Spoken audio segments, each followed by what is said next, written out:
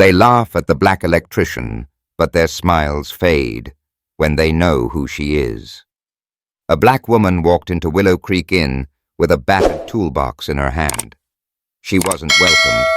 She was judged before she spoke a word. The staff laughed, rolled their eyes, and whispered behind her back, until the truth about Clarissa Jackson shattered their smug silence and flipped their world upside down. Who was she? And why did her quiet strength shake the very foundation of a town clinging to the past? Stay with me. The story you're about to hear will challenge everything you think you know about dignity, change, and the quiet revolutions that reshape history. He spat on the floor when he saw her. Boots scuffed, skin dark as river silt, toolbox heavy in one calloused hand. The lobby of Willow Creek Inn fell silent, thick with the stench of heat and old hatred.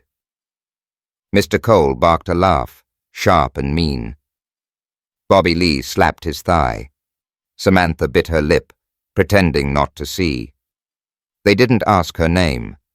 They didn't want to know. In this town, a black woman in work boots meant one thing: less. Clarissa Jackson didn't flinch. She wiped the sweat from her brow, stepped across the threshold like she owned it, which, soon enough, they would learn she did. Outside, the Confederate flags snapped in the dry wind. Inside, the old ghosts grinned. They thought this would be easy. Another laugh, another dismissal. But they didn't know Clarissa had been built from more complex things than mockery. By sunset, the men who sneered would bow their heads. The girl behind the counter would cry. And Willow Creek Inn, this place that reeked of a past that wouldn't die, would carry her name in its bones. Not because she demanded it, because she made it impossible to forget. It was the kind of afternoon the South does best and worst: brutal, beautiful, and heavy with ghosts. The sun hung low and mean over Natchez, Mississippi, burning the broken sidewalks and peeling clapboard houses until they seemed to sag with the weight of too many forgotten promises. Spanish moss curled down from ancient oak trees like old hands reaching for something long lost, and every breath tasted of dust, history, and regret. Willow Creek Inn stood at the edge of it all, its white paint blistered under the punishing sky, its windows clouded like older men's eyes. Time hadn't so much passed here as sat down and grown fat, burrowing deep into the bones of the building and the people inside it. This was a place where past and present rubbed raw against each other, where the paint peeled from the walls with the same stubbornness that clung to hearts and minds unwilling to yield. Inside the lobby, the air was thick, not just with the choking humidity of a southern summer, but with the kind of quiet that says newcomers aren't welcome. The ceiling fans spun lazily, too slow to stir anything but suspicion. Behind the front desk, a ledger lay open on the counter, its pages stained by generations of names, some celebrated, others barely tolerated. No one needed to say it out loud. In towns like this, in halls that still smelled faintly of tobacco and thyme, lines were drawn so deep into the earth you could trip over them without ever seeing where they started. Some doors opened more easily than others. Some smiles were genuine, most were not. And the rules about who belonged, those were written in blood and silence, not ink. When Clarissa Jackson stepped through those heavy double doors, she didn't just bring a battered toolbox and a work shirt damp with sweat. She got every invisible fight her family had ever fought. She carried generations who had been told to enter through back doors, to lower their eyes, to expect less. She took them all, standing there in boots dusted with Mississippi red clay, daring the room to look at her and see more than just her skin. They didn't. Not yet. Mr. Cole's gaze slid over her like she was a crack in the linoleum floor. Something ugly, something ignored. Samantha flinched without realizing it, the way children flinch at thunder, even when they're too old to admit they're afraid. Bobby Lee laughed, sharp and cruel, the way a whip might laugh if it had a voice. The heat pressed down harder, thick and merciless, and the ghosts hanging from the trees outside seemed to lean closer, waiting. Waiting for the next crack in the old story, the next tremor that might finally shake loose the chains rusted into the soul of this place. Clarissa did not flinch. She did not lower her gaze. Because deep inside her, louder than the sneers, stronger than the heat, was the certainty of every ancestor who had survived worse days than this. And somewhere deep inside the inn's creaking bones, something old shifted. A splinter in the foundation, hairline at first, but inevitable. The day was not over, and neither was the story. Clarissa Jackson crossed the threshold of Willow Creek Inn as if she had every right to be there, which she did. Yet the room shifted around her, like an old dog bristling at the scent of a storm it could not see, but could feel sinking deep into its bones. Mr. Cole's gaze hardened, the set of his jaw speaking volumes he would never dare say aloud. Samantha, young enough to know better and old enough to pretend otherwise, busied herself behind the counter, stacking papers that needed no stacking. Bobby Lee leaned back against the doorframe to the kitchen, arms crossed, a smirk riding the corners of his mouth like a badge he wore proudly. The stillness thickened. Clarissa knew it well. It was the kind of silence that wrapped itself around black bodies for generations, the silence of exclusion, of judgment, of unspoken rules carved into the very air. It was a silence that spoke louder than any insult ever could. They didn't see the master electrician with decades of experience, the woman who could read wiring blueprints better than most men could read a newspaper. They saw only the sweat on her brow, the calluses on her hands, the brownness of her skin, and decided they already knew her story. Clarissa bent to open her toolbox, her movements measured and deliberate. Each tool gleamed under the dusty overhead lights, lined up with precision that spoke of pride, discipline, and 1,000 jobs done right without ever hearing the words, "Well done." Bobby Lee snorted, loud and derisive. "Don't fry yourself, sweetheart," he drawled, the words heavy with mockery and cheap laughter. The others chuckled, low and mean. Clarissa did not respond. She adjusted her gloves, stood slowly, and met Bobby Lee's gaze with a steadiness that made his smirk falter for just a breath. Not long enough for the others to notice, but long enough for Bobby Lee to feel it. A quiet reminder that not all storms announce themselves with thunder. At the far end of the hallway, Annie paused in her cleaning. A small woman, bent with years, her uniform threadbare, but her spirit intact. She watched Clarissa with something like hope flickering behind her tired eyes.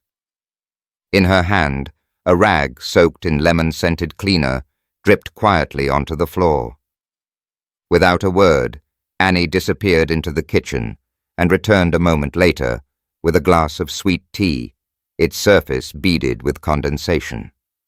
She set it down gently on a table near Clarissa, offering a nod so subtle it might have been mistaken for a twitch of the light. Clarissa nodded back, an entire conversation passing between them without a single sound.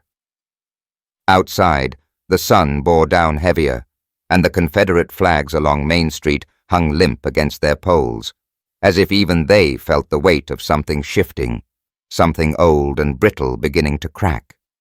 The work would not be easy. It never had been. But Clarissa Jackson was not made of things that broke easily. The day was far from over, and neither was she. The announcement came not with fanfare, but with the steady scrape of Clarissa setting down her tools, the muted creak of her boots crossing the battered floorboards. Mr. Cole straightened from where he leaned, arms folded across his broad chest, his smile tight and disbelieving. Samantha stiffened, her hands clenching into small, guilty fists. Bobby Lee rocked on his heels, snickering under his breath like a schoolboy who hadn't yet realized the final bell had already rung. Clarissa placed a folder on the cracked reception counter. Its cover was black, the gold lettering catching the overhead light like a spark refusing to die. She flipped it open with a precision born of habit, not haste. "My name," she said, her voice low but carrying with a weight no one in the room could ignore, "is Clarissa Jackson." No one moved. No one breathed. Clarissa tapped a finger once, lightly, on the deed inside the folder, the paper thick and official. "As of this morning, I am the new owner of Willow Creek Inn." The words dropped into the room like a stone into still water, silent for a moment, then rippling outward, breaking everything that had once seemed so sure. Mr. Cole's mouth opened, then shut. Samantha's face drained of color. Bobby Lee let out a bark of laughter, loud and raw, the kind that had nowhere left to hide. Clarissa's gaze moved over them, not accusing, not pleading, simply steady. She gave them no quarter. She offered no apology. "You laughed," she said, not bitter, simply stating a fact. "You assumed." She let the words hang there, like a challenge. For too long, places like this have decided who belongs by the thickness of their wallets, or the lightness of their skin, she continued, her voice even. "That ends today." The ceiling fan overhead whirred uselessly, slicing the thick, heavy air that seemed to tighten around every chest in the room. Clarissa reached into her toolbox, not for a wrench, but for a small, neatly folded cloth. She unwrapped it carefully, revealing a simple plaque. "Respect lives here." Without ceremony, she crossed to the wall behind the front desk, where an old framed photograph of the inn's founder, pale, stern, and forgotten, hung crookedly. Clarissa took it down with one hand, turned the new plaque in its place, and stepped back. The message needed no explanation. Outside, the cicadas screamed in the heavy summer air. Inside, no one dared speak. Annie, standing half-shadowed near the doorway, straightened her back. For the first time in what might have been years, her chin lifted with something dangerously close to pride. Clarissa turned to face them one last time. "This place will stand, or it will fall," she said quietly, "on whether we choose to see the worth in every soul who crosses its threshold." She gathered her things with a calm born of storms already weathered, then pushed open the door. The heavy heat rushed in, but Clarissa walked through it like a woman who had always known exactly where she was going. The day wasn't over, but the old ways were. Annie moved through the hallways of Willow Creek Inn like a ghost too stubborn to leave. Bent by time and toil, her steps were small but sure, each footfall a quiet defiance against a world that rarely saw her unless something needed cleaning, something needed carrying. Her uniform was threadbare, her shoes worn down to almost nothing, but her eyes, those deep dark wells, still had the harpiness of a woman who remembered everything. When Clarissa Jackson first walked in, Annie saw what the others refused to. Not a worker, not a body to dismiss. She saw a woman carrying a storm stitched into her very bones. From the edge of the lobby, Annie watched the smirks curl across Bobby Lee's mouth, heard the brittle laughter cracking from Mr. Cole's chest. She saw Samantha's nervous hands fidget and fail to intervene. She saw the weight of 100 years pressing down on one woman's shoulders, and Clarissa standing under it without flinching. Annie knew that weight.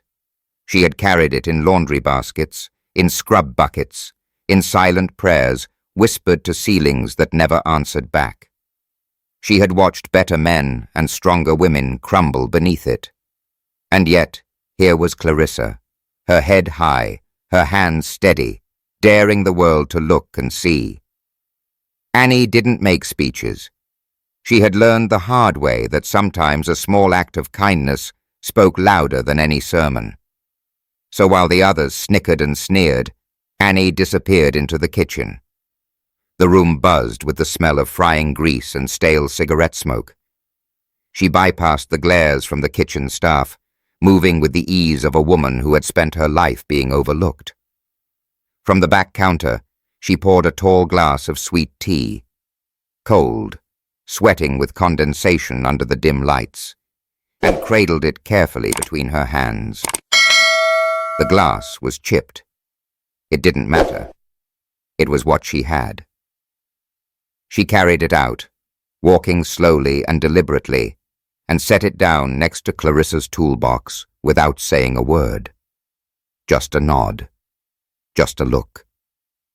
A covenant made in silence between two women the world had tried and failed to erase. Clarissa's eyes flicked to hers, and for the briefest moment, something passed between them. Recognition, gratitude, solidarity. No fanfare, no applause. Just the steady, stubborn heartbeat of dignity, refusing to die. Outside, the afternoon sun bled deeper into the sky, staining the clouds with the color of bruises. Inside, the walls of Willow Creek Inn seemed to shudder ever so slightly, as if feeling the first hairline cracks splintering through a foundation too long left unchallenged. Annie returned to her mopping, her movements unchanged, her head just a little higher. She knew the work wasn't over. It never would be.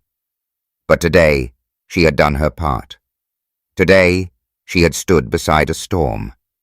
And sometimes, Annie knew, standing quietly was the loudest thing a person could do. Clarissa moved through the hallways of Willow Creek Inn with the quiet assurance of someone who had spent a lifetime surviving rooms that wanted her to disappear. Her hands, strong and steady, adjusted the wiring along the warped moldings. Her boots struck the worn floorboards with a rhythm older than memory, older than fear.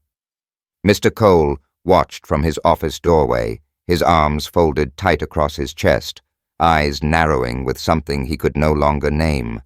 Was it suspicion or shame? Samantha shuffled papers at the front desk, her gaze flickering between her hands and Clarissa's sure movements. Bobby Lee loitered near the kitchen, pretending to check supplies, but his eyes betrayed him, following Clarissa like a man watching a fire he could neither understand nor extinguish. Clarissa said nothing. Her silence was a hammer. Her skill was a slow, relentless drumbeat against the brittle walls of their assumptions. Outside, the sun lowered, turning the sky the color of old wounds. The flags along Main Street hung limp and defeated, whispering a history they could no longer shout. At the breaker panel, Clarissa wiped her brow and finished her inspection. She stood tall, the toolbox at her side, the dust on her jeans, a badge of battles fought quietly and won without witnesses. The air inside shifted, subtle, but real. Mr. Cole's frown faltered. Samantha's hands stilled. Even Bobby Lee's smirk slipped, leaving behind the raw uncertainty of a man who had just seen the world tilt a fraction. And in that moment, Clarissa understood. They were beginning to see. Not because she had yelled, not because she had demanded, but because she had endured and excelled when they expected her to fail. If you were standing there, would you have noticed the shift too? Or would you still be clinging to old ways of seeing? Clarissa lifted her toolbox and walked toward the dining room, where the final check awaited. Her boots echoed down the hall, not loud, but steady, like a drumbeat starting somewhere deep in the earth. Behind her, Annie paused her mopping. Samantha watched. Even Bobby Lee shifted his weight, uncomfortable in a way he couldn't name. The world hadn't changed yet. But it had cracked. And cracks, Clarissa knew, were where the light always began to seep through. The dining room was a ghost of its former self, the white tablecloths dulled by years of cigarette smoke and spilled sweet tea, the polished floors scuffed by 1,000 impatient boots. The air smelled faintly of fried catfish, old ambition, and the slow rot of pride that refused to recognize its decay. Clarissa stepped into the center of the room, toolbox in hand, boots planting her firmly between yesterday and what came next. Behind her, Mr. Cole, Samantha, Bobby Lee, and a few lingering staff members trickled in, pulled by a magnet they didn't yet understand. Mr. Cole barked out a laugh, trying to reclaim the room before it slipped completely from his fingers. "Well, let's hope you didn't short the whole place out," he drawled, loud enough to summon a few nervous chuckles from the staff. Clarissa set her toolbox down gently, the metallic thud silencing what little laughter remained. She unzipped the front pocket and pulled out a slim black folder, the kind used not for tools, but for deeds, contracts, things written in ink that could not be unwritten. She flipped it open and laid it on the nearest table. "My name," she said, her voice steady enough to part the air itself, "is Clarissa Jackson. As of this morning, I am the new owner of Willow Creek Inn." The words hit like a thunderclap against the dusty rafters. Silence spread outward in a perfect, shattering wave. Mr. Cole's jaw slackened. Samantha's hands flew to her mouth. Bobby Lee stepped back as if Clarissa had physically struck him. Clarissa stood still, letting the weight of the truth settle over them like the heavy Mississippi heat outside. "I was never here to fix just the wiring," she said, her eyes sweeping the room. "I came to fix the foundation." Somewhere near the back, Annie straightened. Others shifted, uncomfortable, unsure, unwilling to meet her gaze.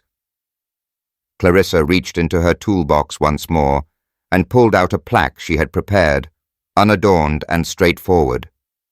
"This place belongs to everyone." She crossed to the wall behind the reception desk, past the fading photographs of the inn's past glory, and without hesitation, drove the first nail home. The hammer's crack echoed loud and clear, erasing the last lingering doubt. She turned back to them. "You can leave with your pride," she said softly, "or stay and help build something better. But the old rules have no place here anymore." If you had been standing there, heart pounding, watching history shift in real time, would you have chosen to stay and build, or walk away into the past? No one answered, not with words. But in the stillness, the decision had already begun to take root. Clarissa didn't wait for applause. She didn't need it. She picked up her toolbox, nodded once at Annie, and walked toward the broad double doors that led outside into the blinding afternoon sun.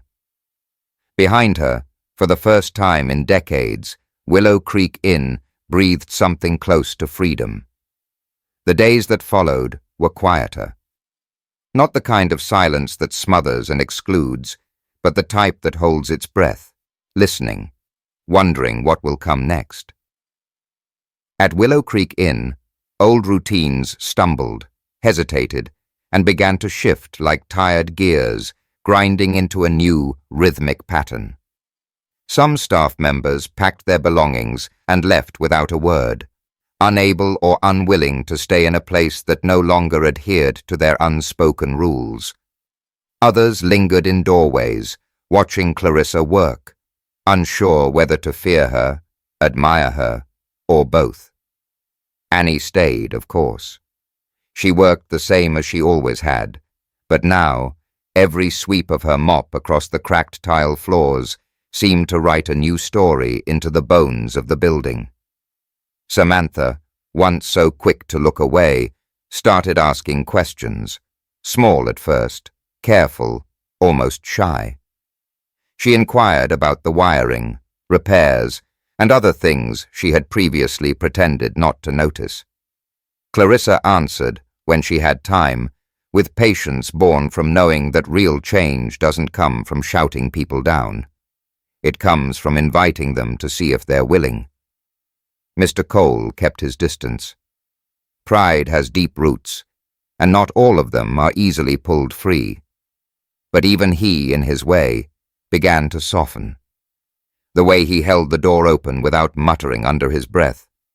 The way he nodded once, sharp and almost grudging, after Clarissa finished restoring the broken lighting in the main hall. Bobby Lee didn't change overnight either. But he cooked a little more carefully, and when he burned a tray of biscuits one evening, he muttered an apology that might have been meant for more than just the food. Willow Creek Inn itself seemed to breathe easier under the weight lifted from its walls.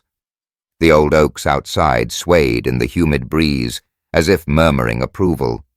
The sun set each night with a little less anger, casting longer, gentler shadows across the porch, where Clarissa sometimes sat, sipping sweet tea, watching the stars claw their way out of the twilight.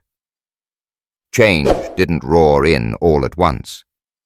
It came in cracks and shifts, in apologies mumbled and not yet entirely meant, in glances held a little longer than before, in silences filled not with judgment, but with possibility. Clarissa understood better than anyone that no building, no town, no country could be rebuilt in a day. It took steady hands. It took patience fierce enough to weather laughter, scorn, and disbelief. It took believing in a future no one else could yet see, and building it anyway, nail by nail, brick by stubborn brick. The world she carried inside her was bigger than this town, bigger than this inn, bigger than the old ghosts clinging to the past. And it was waiting. It would not be rushed. It would not be stopped. It would grow quietly, stubbornly, until one day even the doubters would wake up and realize they were standing in a world built by the very people they once laughed at.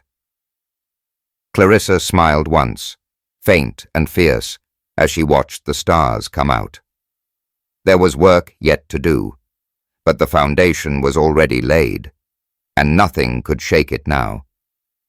Even long after the last guests had checked out for the night, Willow Creek Inn still hummed with the quiet energy of change. The old wood of the porch groaned beneath Clarissa's boots as she stepped outside, the cool of the evening wrapping around her like a long overdue blessing. The sky stretched out above her, impossibly vast and stitched with stars, the heavy summer air finally giving way to a gentler breeze that rustled through the tired magnolias and ancient oaks. The ghosts that had once clung to this place, old prejudices, old angers, old fears, seemed to have loosened their grip just a little, unsettled by something they couldn't quite name. Clarissa stood at the edge of the steps, hands resting on her hips, her gaze steady on the horizon, where the fields rolled into darkness. This land had seen so much. It had grown cotton and broken bodies. It had sung gospel songs and wept bitter tears. It had buried too many dreams and raised too few monuments, and yet here it stood, and here she stood. It would have been easy to call it a victory, but Clarissa knew better. Victory wasn't a moment. Victory was 1,000 small choices made differently, over and over, until the ground itself forgot the weight of the old lies and remembered how to grow something new.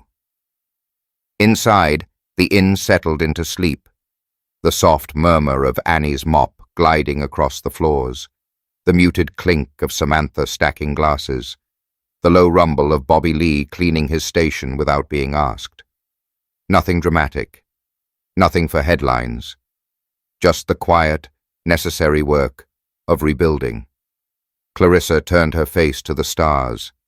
The weight of the day, the history pressed into every nail and every floorboard, the long road still ahead, all of it pressed against her shoulders.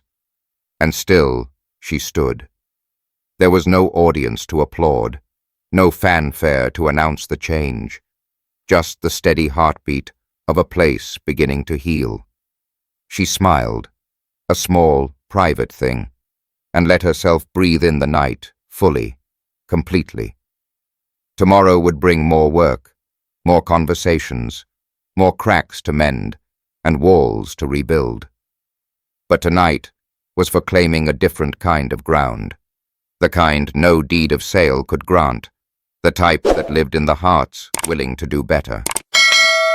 Clarissa turned back toward the door, her hand brushing lightly against the worn wood as she passed. She knew the real work was just about to begin.